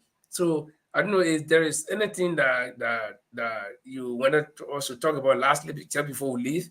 No, I just want to talk about the just want to bring in the court case that, and I watched Spoon yesterday, and this girl called Mona Faha was on it. She did extremely well yesterday because this guy called Waterspoon, he is the ANC biggest propagandist that we have around. And that is the truth because he keep picking on Mr. Cummings. He pick on Boyka, but Cummings seems to be the target. Everything about this man, he seems to go after him. So from what I have gathered, from what I have read, and looking at him from his body language, because he intends to run 2029, he sees Mr. Comey as an obstacle in his way. So anything that comes up for this man, he will paint him black to the eyes and to the ears of many Liberians. And I think that the ANC folks should actually watch out and go after this guy, because he means no well for Liberia, and he intends to do well for Liberia. Although he's doing his charity work, we all do charity work in Liberia, but doing a charity work, if you have other intentions, you do not paint somebody black. And he came, when the document business came out, he was one of those I kept seeing that then there was change in the document. He kept going after this man until he found out he came from Liberia a few days. Now seeing people don't know this man. But Mr. Cummings, the Morofia, he said nobody know him Morofia. That's where he got his vote from. So what he telling his audience? Deceiving them. Well, you know, let me tell you one thing. This is a political season, and people who go into a political race or races such as the one we're in now, they calculate all of these things. Many Packet Dume have been saying something on his show that I really believe in. He say, no action in politics is by mistake. No political action is by mistake. It's well calculated. Precisely. Yeah, it's well calculated with expected results. And so, you know, Mr. Cummings, the Joseph Walker, the George Weah, they all know that there are political consequences the moment you throw in your heart in the ring. It means that you are participating. You must calculate all of these things. So Right. Mr. Cummings will not have it easily. Mr. Cummings will not be offered this. How many times have we now offered people the presidency on silver platter? And how many times have they not, you know, disappointed us because they didn't work hard for it? Okay. If you work hard for something, you know, my friend, let me tell you, anything free, people do not value it. Look at the federal government talking about in Liberia. What people can say about government car, they use it any kind of way because you're saying that you want minister, they take one brand new car with plastic on it and give it to you. You the first person to start a car. Your money now is the gas, and now you put in it. So you can use it any kind of way when you thought they said I'm government car, the free thing. Okay. But here, if you work hard, you go, you buy your car, or you take your car on loan, you pay every month, you think you go misuse it? No. So Mr. Cummings, like any other politician in the race, should find it difficult. The same thing I was saying, they all should find it difficult to get this thing. So that at tomorrow when they get it, they will know, yes, what they can stand and look behind them. For those of us who started school from ABC all the way to 12th grade, then you graduate, you go to college, then you go to university, you get a degree. It's not easy. Okay, you will not go through all of the things. Then at the end of the day, you go sit down or you lie down. You don't want to work and you know and yield something from your sweat. Imagine if education was just free, that poor somebody will look at it and from the time you were born, you won't go nowhere. Then somebody just take a master's degree and put in your hand. You're not valued. Okay, because you didn't walk in the street under the rain going to school. You didn't sit on your back. You didn't suffer for it. You didn't burn the candles. So you're not valued. But if you went through all the processes, you can look back and write your own history and say, look, this is where I came from, and this is where I am now, and this is where I want to go. You see? So this is the presidency. Mr. Cummings finds himself in a race. So you will hear a lot of things, but I think he calculated a risk and he knows exactly how to mitigate it. But the thing is, that's true. People, if I intend to run, I will go for you, but I'm not running now. But I can be lying to the public because of you supporting somebody, support the person, let the person agenda, or but don't pick what they done. You see their court case with the big propaganda tools like Spoon, the jury, they all in bed together. So they make it seem they was Spoon say, I'm not part of it. No, he part of it. When last you ever listen to him to pinpoint to the president and say, look, there's rape case, you have not spoken. But he will pick on Jefferson Kochi and go for him. He will pick on other people and go for them. He cannot pick on the man that he carrying. But he will pick on JMB. He will pick on Cummings. He will pick on Ure. Let's be fair. If you want to criticize, go for everyone. The guy who leading today, Labrin have problem. People can't afford to even paid a dime to send our children to school. He wouldn't say that. He wouldn't tell him straight in the face. But the one who is opposition, seeing that he's seen this guy have potential, that's the one he going after. Yeah, but And wait, should I tell you something? Go I think what Witherspoon and the rest of the guys do is that they look for the greatest audience. They look for significance. Right now, how many viewers you and myself usually have, or when we sit there? Look, the thing is, I think they only after the show people can go and watch most of the time because probably Alright. the time we present or whatever. But we got certain number of viewers that will always come. Okay, now those are people who are interested in us. But if we sit here and begin to look at Prophet Key, when Prophet Key started, he was nothing. His show was done. But when he started abusing Jehovah, man, he can't respect nobody. Those are the things that people want to hear. So Witherspoon then, I mean, if Witherspoon will go after one insignificant guy, you will not have listeners, people will not be interested in a show. So they look for the big animal. Let me tell you, if you are a hunter, you go in the bush, I know you're not going to go carry your cartridges with your guns. If you get hunting dog, you feed them, they'll go for it, you go hunt them, you go hunt lizard. You'll go hunt small rat. No. You go for the deer, you go for the biggest one you can see. So who has time? You think Witherspoon has time to go waste on? So for me, I don't think about those things because I know, like I said, the actions are calculated. They know, okay? The point I'm making here, Lifor, is to tell the listening audience that Spoon is not innocent in this. It's the government of Liberia sponsor group, Spoon TV. And I mean, the case is glaring, Paul. We know the case is glaring. Even if you cry, nobody will come to you. Some people, people will sympathize with you, but if you tell the listening people what they got to do, nothing. They can't change anything. It's the me and you who cannot change anything. No, it's good to let them know, though. Yeah, at least they will get it. Get it know, so there's no one innocent here. But we cannot change anything about that, No, can't change it. But we can make people to be aware that okay, we know who are these guys. If we look, let's be honest. Let me tell you one thing. Yeah, be honest with me. But let me tell you one thing. You think our people? No, let me tell you. The people, some of them, I will tell you this for free. Some of the people cannot read and write. Some of them, they're not stupid. They know exactly that this thing in the court case is not a case. I'm not even talking about the court case. I'm talking about those who hide behind the Holy Bible, like Witherspoon, the Costa, and all that. Remember the bar guys in Liberia? They always quote the Bible. And when they start making reference to the Bible, you know that will offer trouble. The bar ones always quote the Bible. And I can tell you something. One day I saw that one morning, it was, I think 2 years ago. It was 2 years ago or before the June 7th, that demonstration they had in Liberia, the protest.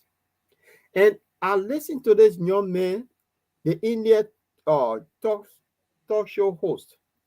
When he got up, you could see tears in his eyes, talking about he looking for Liberia, the kind of Liberia he wants. He wants somebody like Thomas Sankara and this, the kind of people that he looking for. He was quoting the Bible, seeing it. To your surprise, who he decided to give his support to? Let me tell you, there's a motive. I mean, I just said because they hide behind the Bible. Yeah, but there is a motive. The whole thing is clear. The boy talks so much that he got no secret. The man wants to run 2020 now, right? And he has said it consistently that they are pushing JMB, and JMB doesn't know that they are setting trap for him. The first and foremost thing is that JMB cannot complete six-year term owing to his health right now. So the capital lasting on that. The thing is that rocket science. You think the whole United Party, they didn't get anybody injected that they can put forward? No. None of them has that popularity. So JMB has the popularity as a thing. So they want to push him. The moment JMB, look at the whole thing, Paul, between me and you, or even our viewers here, people who want to say the truth. Who's running the whole United Party now? It's Costa. Whatever Costa says. From the beginning of the CPP, Costa said we're going to sign a memorandum of understanding with the CPP for COP to be part of it. And what COP says is what they'll do. That one is mistake they made. Okay? CPP is broken away. The United Party, who's influencing everything in the United Party? When Costa come on his show and say, the sea people will pray away. But this, therefore, you're right. This is what I'm saying. These guys that come up with this thing that today people follow, they play the Holy Bible, they quoted the Bible. God, yeah, but that doesn't. I'm telling you, that doesn't mean. Let me finish. The devil knows the Bible well. Let me finish. The devil was in heaven, so he knows the Bible well. But these guys, they get motive. What? They are saying that they'll put wait a minute. I'll tell you. Let me give you something. Delon, he quote the Bible well every time he want to say something, and he used that. And now in Liberia, I'll tell you, for every 5 buildings you pass by, there is a church. So they use it to get in the minds of the people. The reason why I'm bringing this, I ask you a question: what do we do for those people like that working for people that steering out in that they will say vote for this person? We get people that costed and I use the Bible, get Waterspoon, I use the Bible. What do we do? Because they use the Bible to deceive people. And that's what they do. They preach the Bible, they use it, they quote Bible verse, and then say all the beautiful things in the Bible. Then they use it because they don't use the Bible to get to where he is. He did that. He was quoting the Bible day and night, making reference when he come live. So they use so the what Bible. do we do? That's the question. Yeah, but the question is, I think the answer is we should just educate our people. That's it.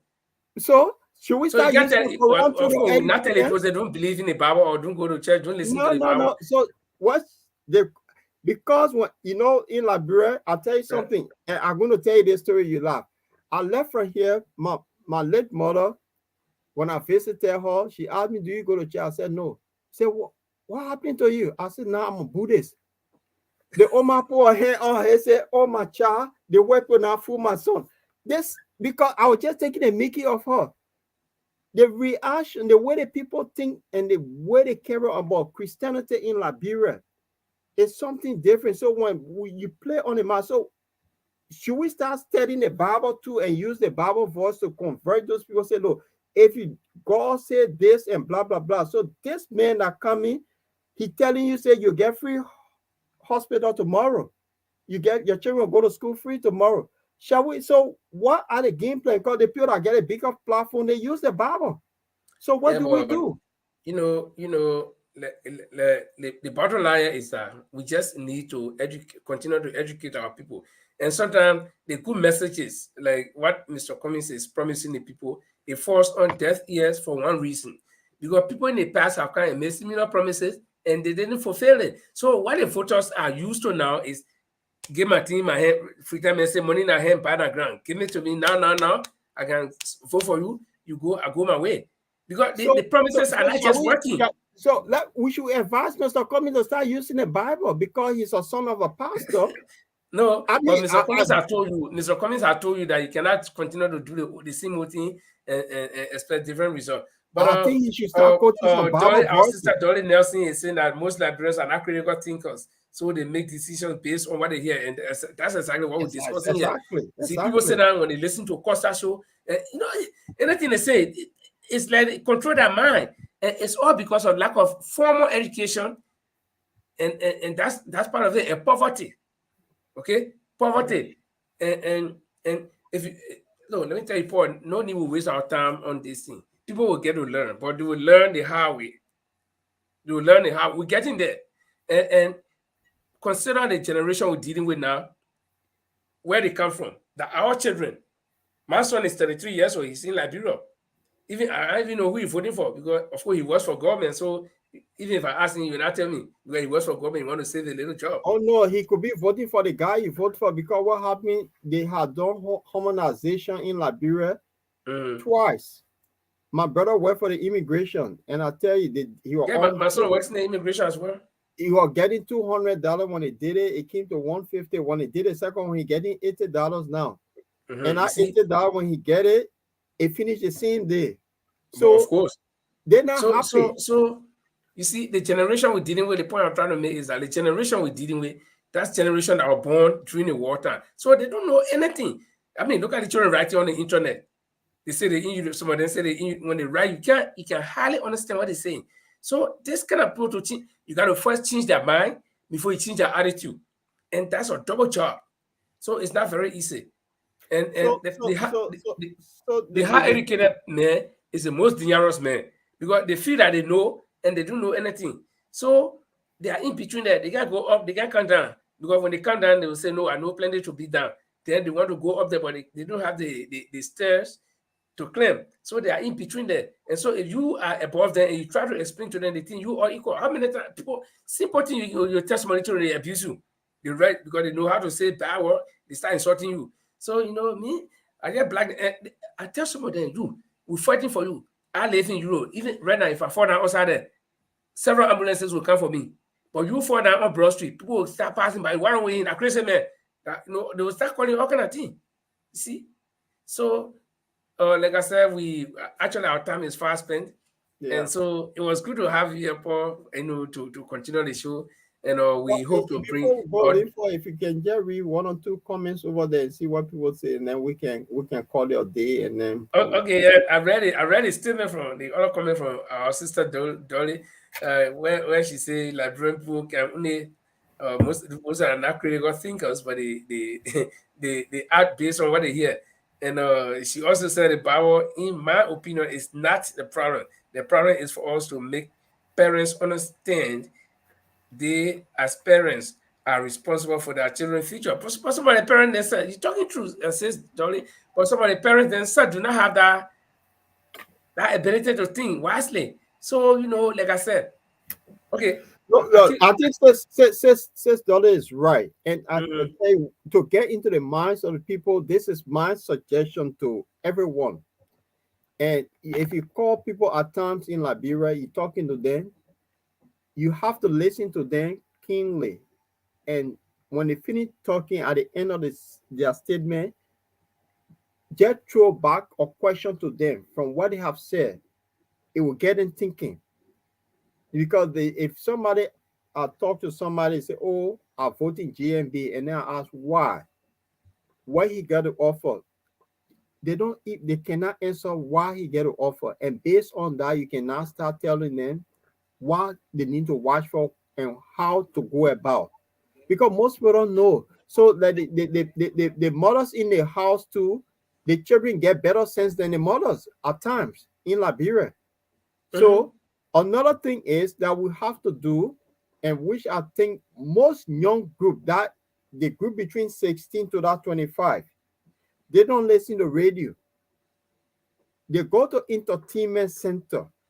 They own if they have smartphone, they own social media doing different things. They follow all the Nigerian big brother and big sister, big uncle, and all the nonsense. And those are the people that vote in huge numbers. Because, and then how do you get in the minds of the people? So for them, we now need to make use of the social media that they get onto, the Instagram, the Snap. They get into all of the things and they inflow information to them. I think that's what we should do. Yeah, that's like one poster here said, say we have work to do. And I agree with you. I agree. We have work to do. Dolly, you want to call? Dolly, just call me on the number. You in Norway, so you don't need to add any number. You don't need to add anything. I think you just get a number on. Yeah, let me share the number on the screen. Then you can call me. Just call me directly. Dolly, the number here is just call me the 994508882, and you'll get on. So probably she has a contribution to make. But like you were saying, that's the work that we have to do. But my thing here is, how do we convince people whose minds have been fixed? They believe in what they believe in. One, two, they think they know plenty and they don't know. So it's but I have done it lately. I have done it lately. There's a woman I met. She cheerleaded for the CDC Women Win in on Ken Johnson Road.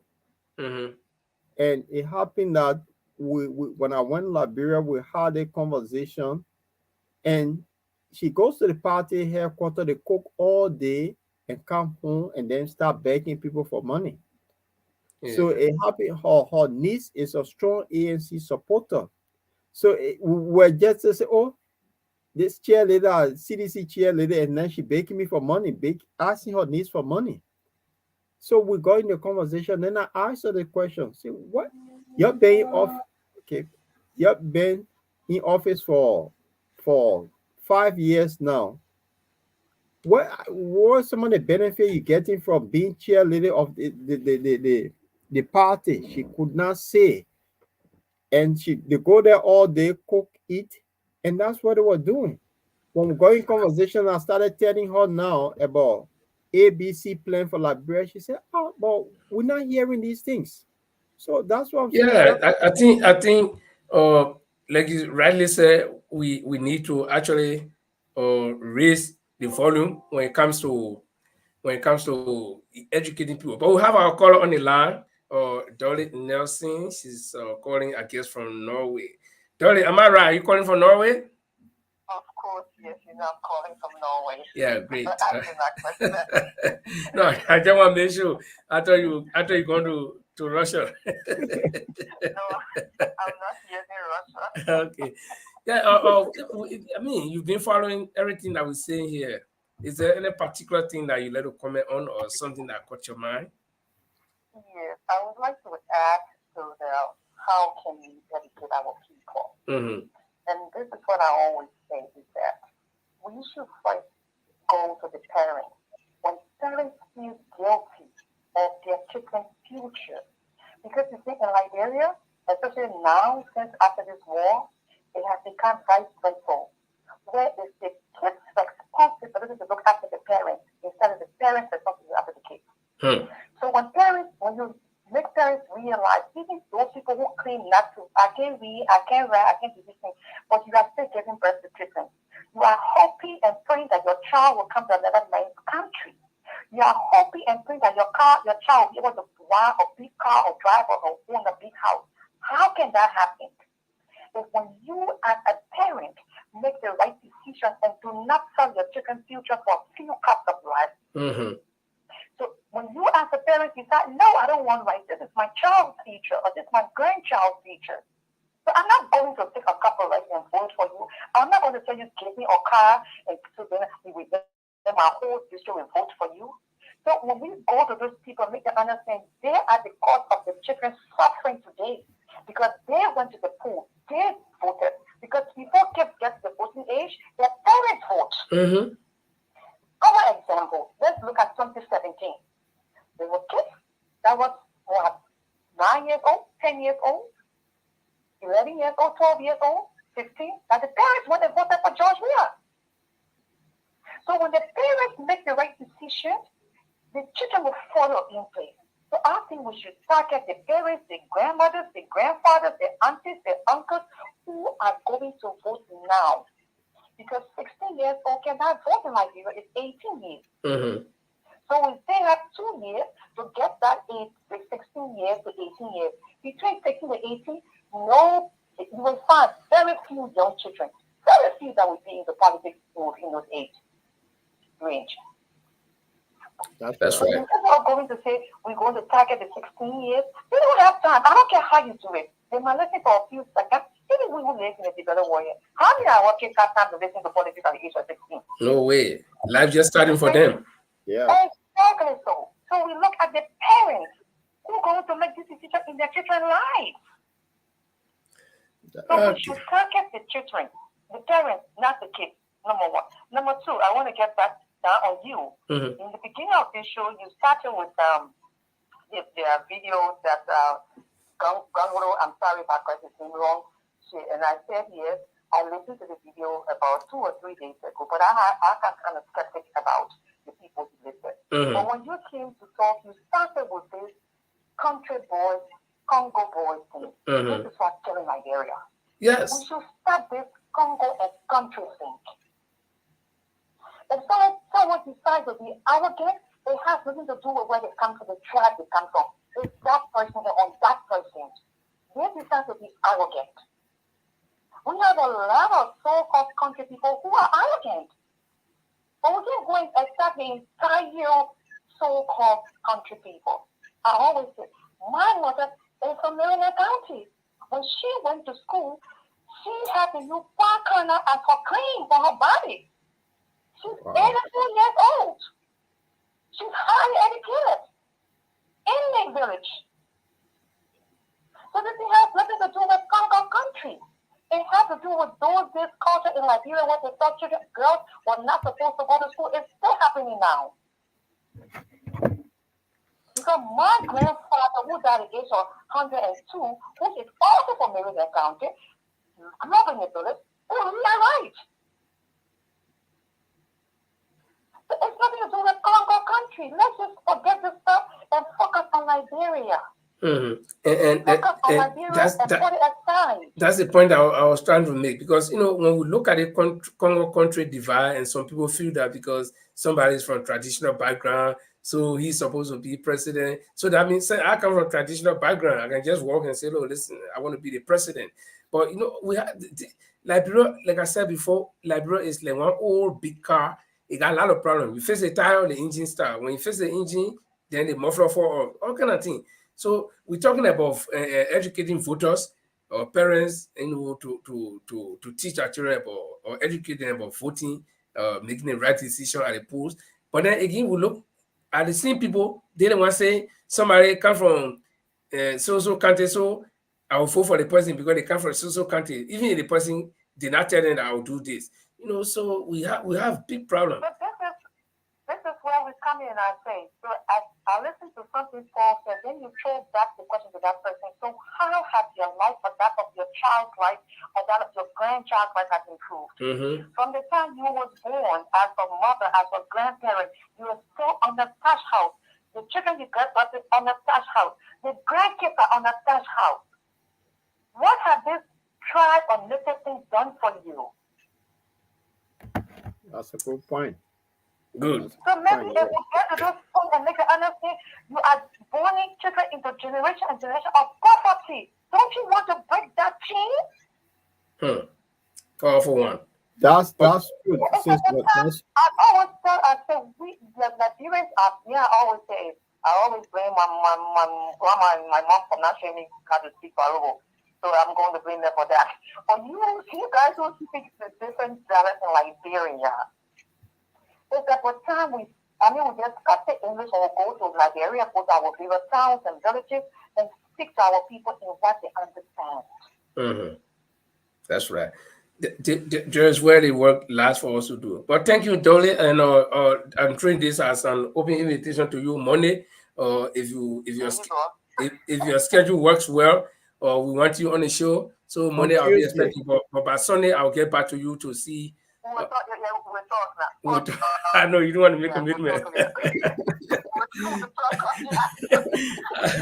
Okay, so you have a good night. Okay, bye. Well, that's Madam Dolly Nelson. She's a Liberian. She lives here in Norway, in cool Norway, and but we love Norway. I'm sitting in my studio. I'm sweating. If I also, I will not be sweating. We love our cool. Well, but Paul, I just want to say something. Yeah, we got some Liberian students in the Ukraine, and I realize things that are happening over there, and my prayer goes to the people in Ukraine. Yes. I studied in Ukraine. I lived there for many years. I was in Kiev, so I got friends over there too, and the situation is bad. And I hope the Liberian kids that are over there, if they could make their way to Poland for safety, because this war is not going to end anytime soon. Ukraine is the third largest army in the world. People may not know this. They are the largest country by area in Europe. But you were in. When was the last time you were in Kiev? Well, I left Kiev. Well, I was there 2017. So no. Then you were there recent time. I was there 2 different times in 2017 because I had some business partners there. I was trying to do this windmill thing, and I was there 2 times, and they are very nice people. Imagine, man. I drove from Kiev to Dnipropetrovsk, to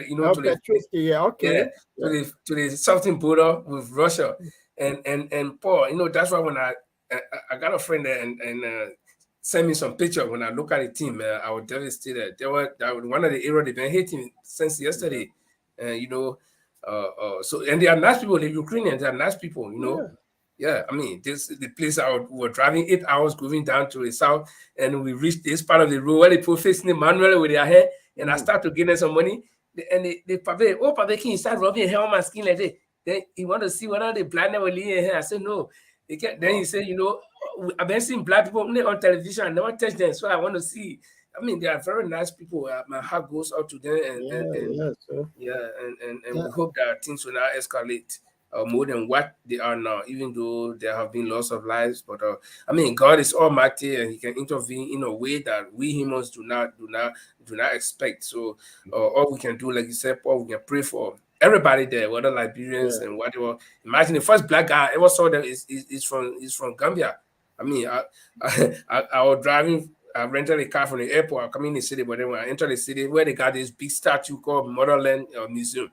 So around there, I stopped to see the museum, but I really want to pee. And it's right in the city. I can't pee outside. So I kept looking around there. I saw the restaurant, old certain kind of restaurant, old style. Like, the moment I enter, right on my left hand side, I saw the black guy. He the one giving something like ticket. And I was like, because I never expected to see black men.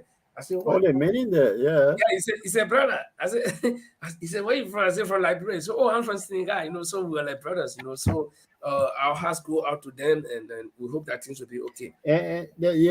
I just pray because when I went before we leave, I just want to just show when I left Liberia, when I was there, and I used to play arte football in Liberia. We used to go around playing this thing called Olympic, going all around with Josh. We used to play together. So when I got in Kiev, there was a Senegalese that I stayed away, and he took me to Dynamo Kiev football team. I started training for them. I thought I could have the breakthrough, but those days there were only 3 foreigners allowed on the team.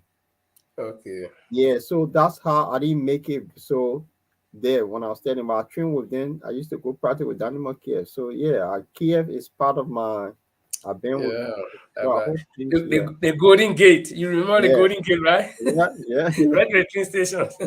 That's a nice place. But so Ronald, brother. So it was a good show, and I hope to be back here by God's waiting on Tuesday.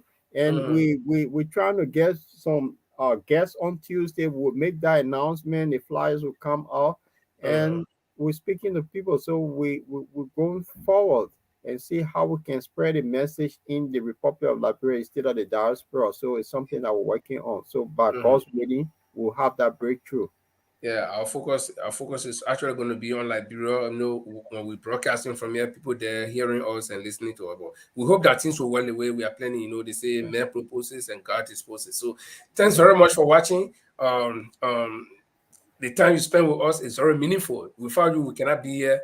And without all, you cannot be watching too. I know you're not just sitting and start watching, looking there. So we're all interacting. And so next time when you see that we are on, please share the video. Like the video, share the video, comment, and let us know what you're thinking about. Paul? Yeah.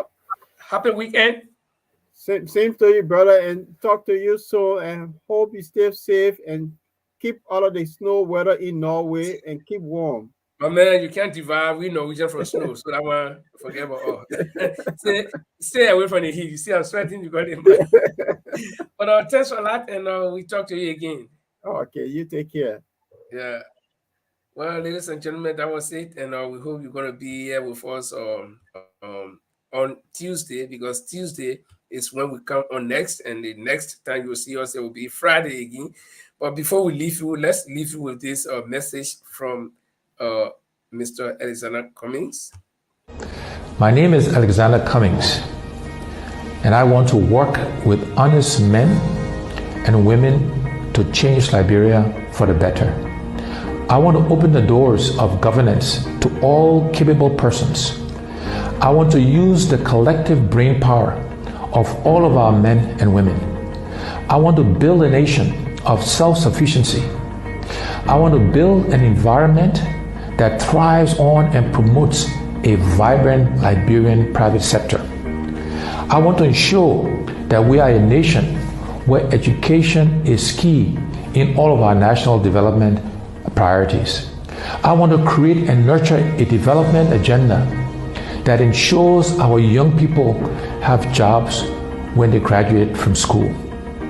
I want to create an environment where our women have access to equal opportunities in every aspect of our society.